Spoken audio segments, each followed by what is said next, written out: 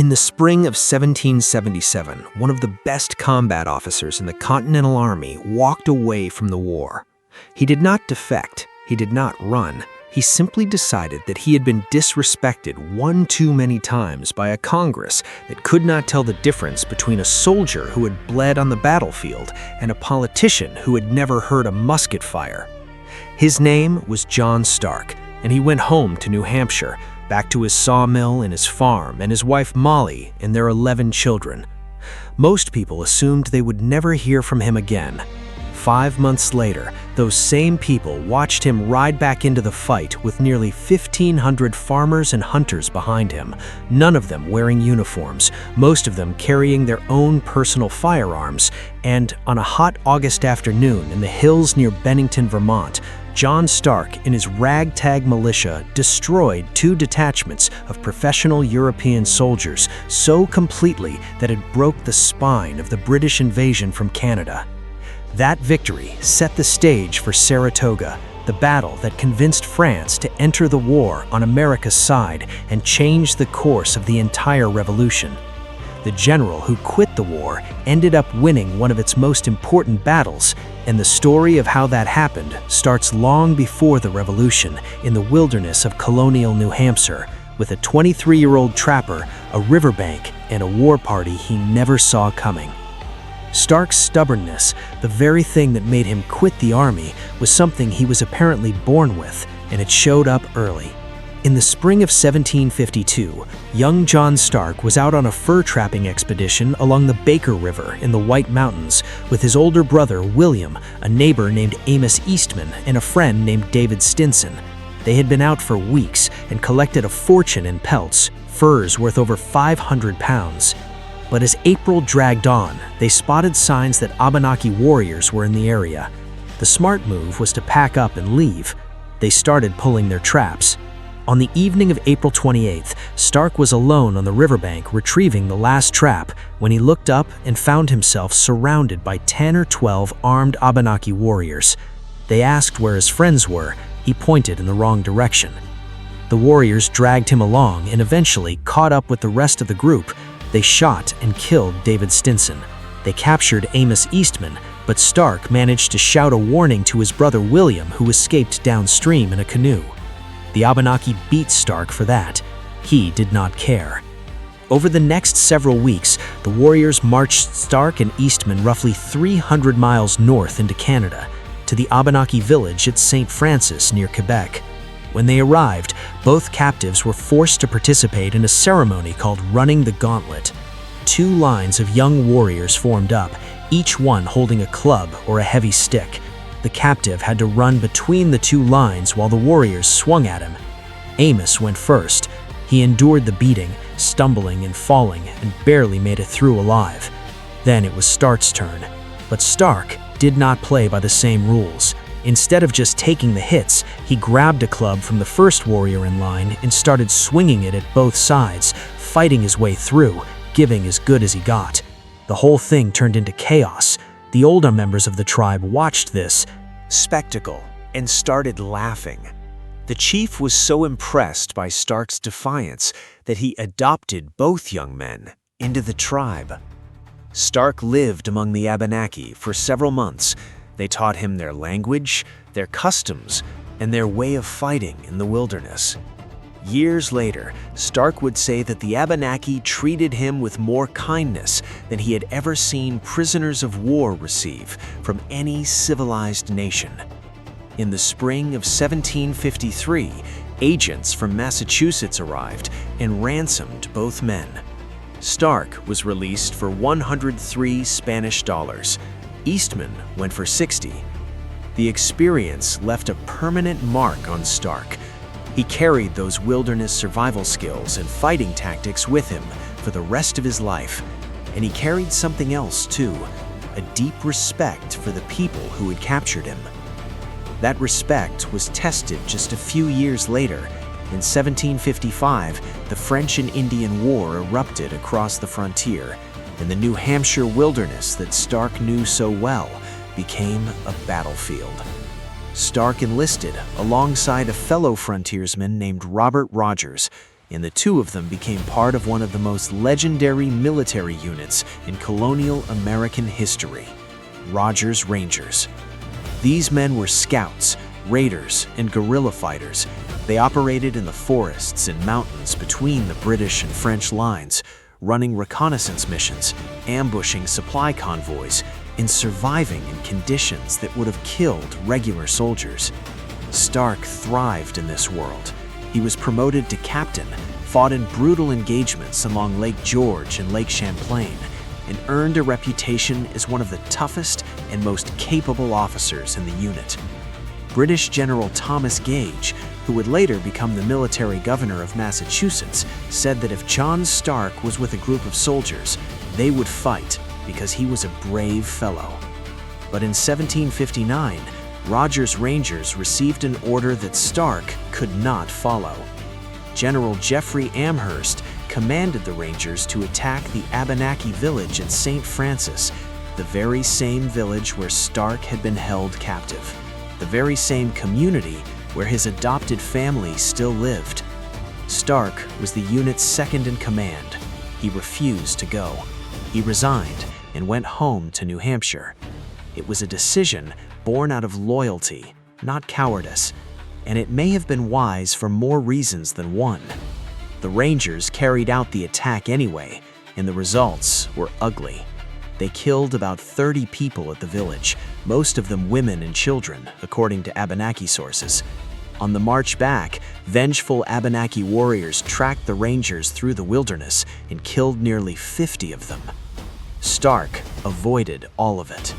He married Elizabeth Page, a young woman everyone called Molly, and for the next 16 years, Stark lived the quiet life of a New Hampshire farmer and sawmill operator. He and Molly had 11 children. He tended his land. He was done with war. Then came April 1775. Word reached Stark that British soldiers had fired on colonists at Lexington and Concord. He did not wait for orders. He did not wait for a commission. According to his own account, he mounted a horse and proceeded towards the theater of action.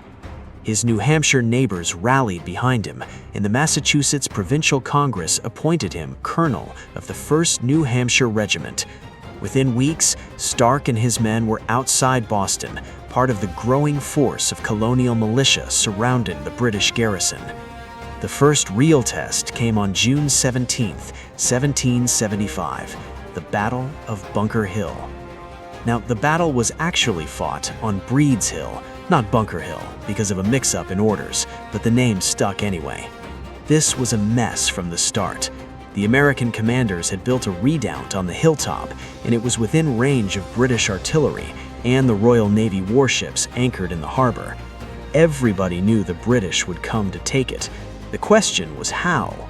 Stark's regiment was assigned to defend the northern flank of the peninsula along the Mystic River beach, and this is where Stark's frontier instincts saved the day. He recognized that British General William Howe, who was known for his aggressive use of light infantry, would almost certainly try to outflank the American position by sending troops along the beach. So Stark got his men to build a stone and rail fence breastwork that extended all the way down to the waterline. Nobody else thought to do this. Sure enough, Howe sent roughly 350 light infantrymen charging along the narrow strip of beach, squeezed together 4 or 5 abreast. It was exactly what Stark had anticipated. He had arranged his men in 3 ranks, using a tactic from his Rogers Rangers days called continuous fire. The first rank knelt, the second crouched behind them, the third stood. Each rank fired in rotation, creating a continuous wall of lead. They loaded their muskets with buck and ball, 4 pieces of buckshot packed with every musket ball. When the British charged, Stark's men opened fire. The effect was devastating. The light infantry charged 3 times. 3 times they were cut to pieces. When the surviving British soldiers finally broke and ran, they left 96 of their dead on the sand. Every single casualty fell in the space between a stake Stark had driven into the ground as a range marker and the wall itself. That is how disciplined his men were. They did not fire until the enemy reached the stake, just as Stark had ordered. The redoubt on Breed's Hill was eventually taken by the British, but the retreat was orderly, not a rout, and that was largely because of Stark. His regiment was the last American unit to leave the battlefield. British General John Burgoyne, watching the fight from across the harbor in Boston, wrote that the American retreat was no flight and that it was covered with bravery and military skill. The British won Bunker Hill, but they paid a staggering price, over 1,000 casualties, including nearly 100 officers, almost half of their entire force in the battle. Stark's regiment had held the line on the flank and inflicted some of the heaviest losses. After Bunker Hill, Stark continued to serve with distinction. He went north with the abortive American invasion of Canada, then marched south to join George Washington in New Jersey. On the freezing night of December 25, 1776, Stark and his 1st New Hampshire Regiment crossed the Delaware River with Washington for the surprise attack on the Hessian garrison in Trenton. It was the battle that saved the Continental Army from collapse. Stark fought there, and then again at Princeton a few days later. By the end of that brutal winter campaign, John Stark had fought in more major engagements than almost any other officer in the Continental Army. And then, Congress spit in his face. This is the part of the story where you have to remember that the American Revolution was not just a war against the British, it was also a war against bureaucracy, politics, and the kind of people who hand out promotions based on who you know rather than what you have done. In early 1777, the Continental Congress promoted several officers to the rank of brigadier general. Stark was not among them. Instead, the promotion went to Enoch Poor, a New Hampshire colonel who had not even marched his militia to Bunker Hill when the fighting broke out. In Stark's view, Poor had refused to fight, while Stark and his men were holding the line under murderous fire. Now this same man outranked Stark. He had spent 2 years fighting from Massachusetts to Canada to New Jersey, had commanded troops in some of the most critical battles of the war, and Congress rewarded him by promoting someone with political connections and no meaningful combat experience. It was an insult, and Stark took it exactly the way you would expect a man like John Stark to take it. On March 23, 1777, he resigned his commission from the Continental Army. Some of his fellow officers tried to talk him out of it. He did not budge, but he made one thing clear before he left. He told them that if a British threat came from the direction of Canada and endangered New Hampshire, he would be ready to meet it. He was going home, but he was not abandoning the cause. Stark went back to his farm in Deerfield and waited. He didn't have to wait long. That summer, a massive British army under General Burgoyne came pouring south out of Canada, marching down through the wilderness toward Albany, New York. Burgoyne's plan was to cut the American colonies in half by seizing control of the Hudson River Valley. He had thousands of British regulars, Hessian mercenaries, loyalist militia, and Native American allies.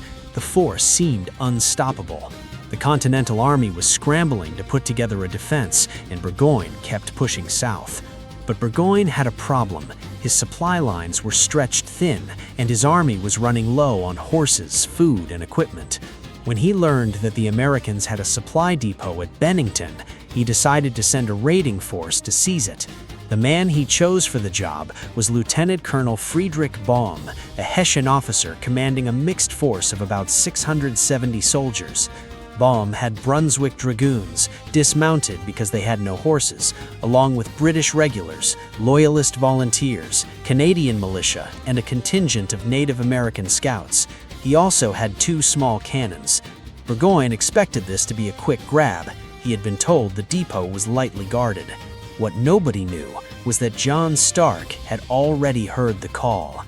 When the New Hampshire Provincial Congress asked Stark to come back and defend the state, he accepted on one condition.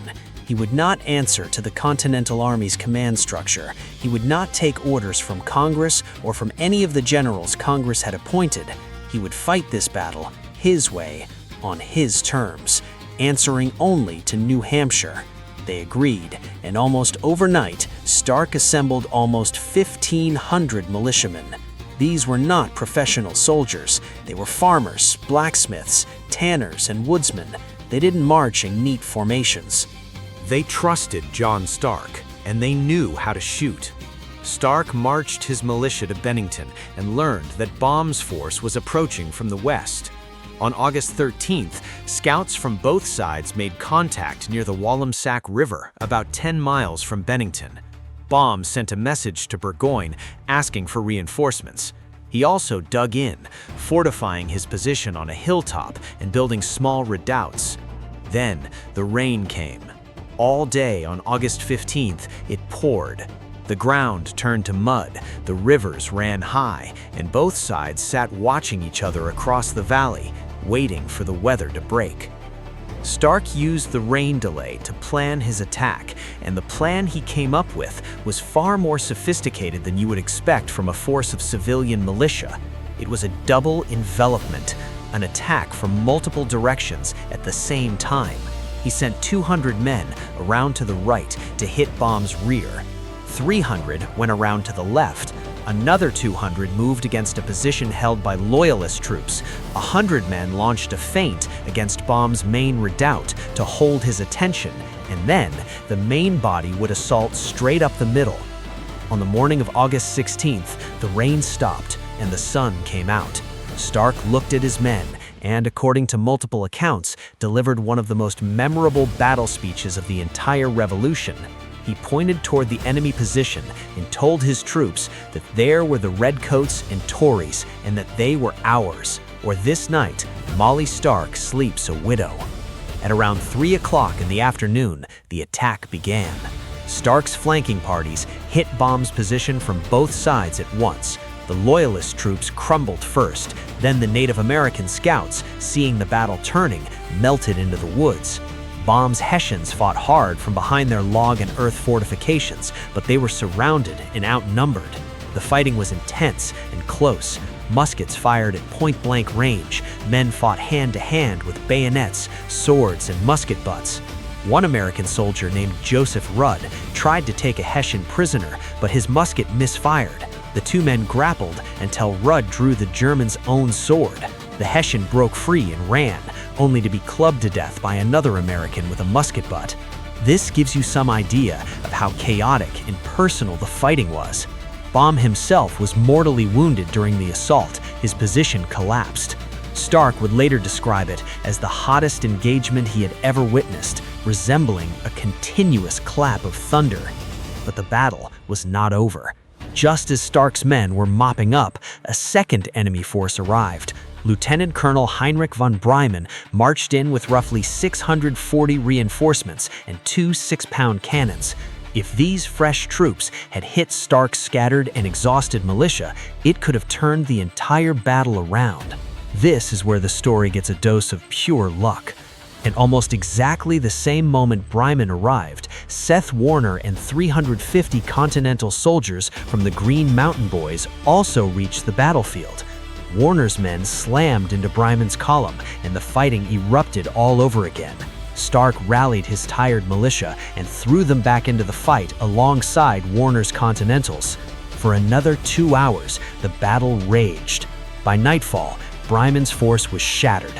The Germans retreated under cover of darkness, abandoning their cannons and leaving their dead and wounded behind. The numbers from Bennington tell the story.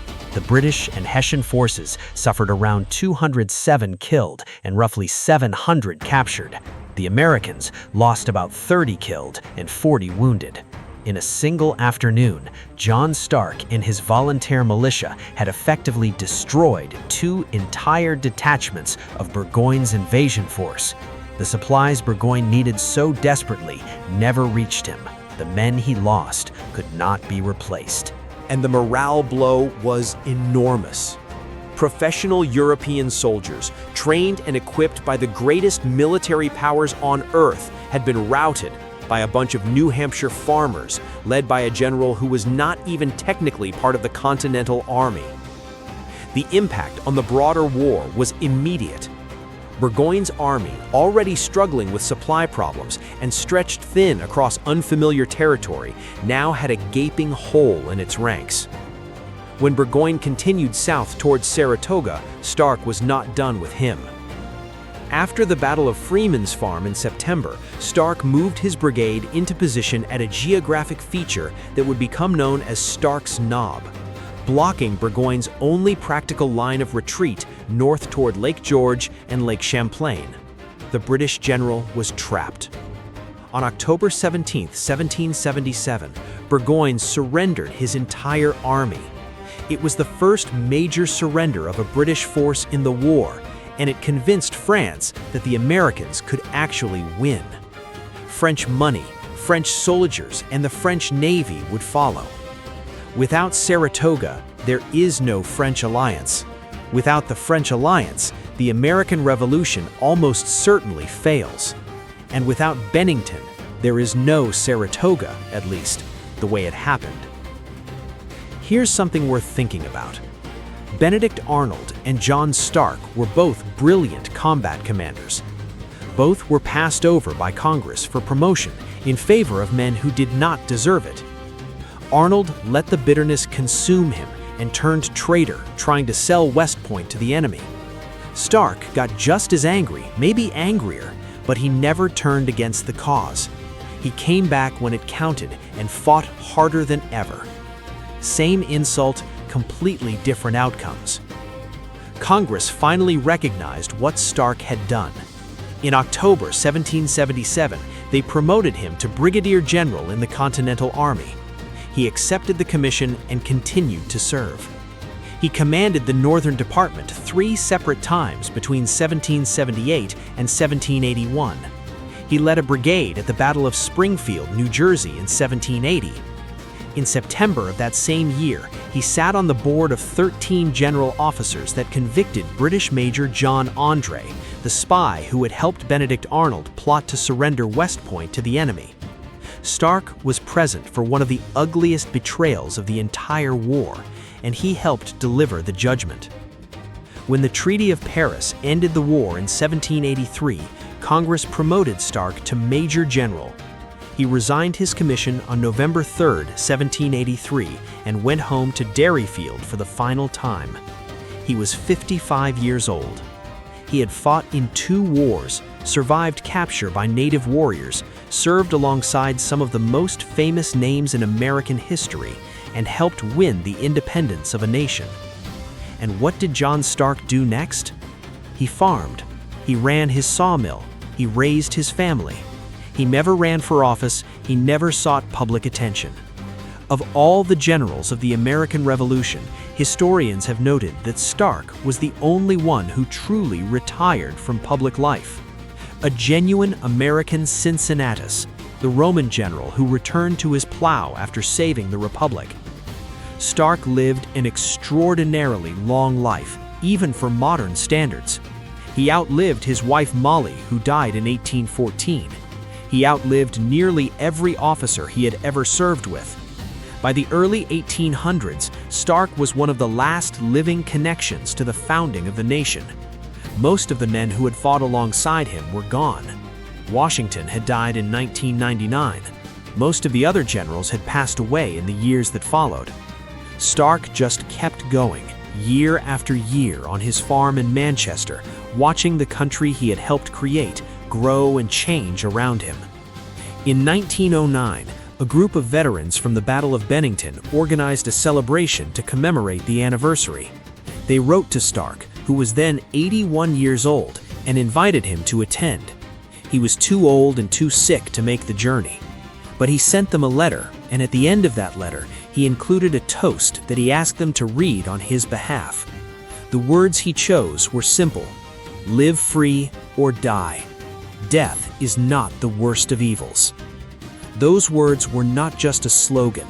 They were the distillation of everything Stark had learned over a lifetime of fighting and refusing to fight on his own terms.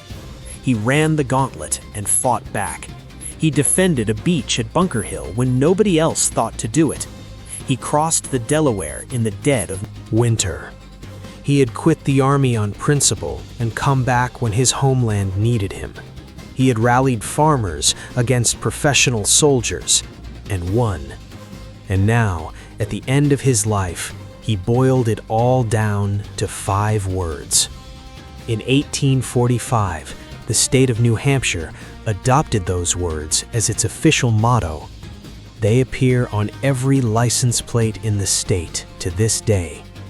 John Stark died on May 8, 1822, at the age of 93. He was the last surviving general of the American Revolution.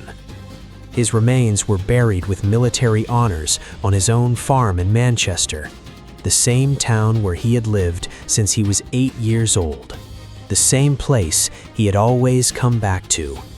A company of light infantry fired 3 volleys over the grave of the man who had once pointed at an enemy hill and promised his men that they would take it or his wife would sleep a widow. He named his horse Hessian after the war. That is exactly the kind of man John Stark was. If you made it this far, do me a favor and hit subscribe so you do not miss the next one. Drop a like on this video and let me know in the comments which overlooked historical figure you think deserves their own deep dive.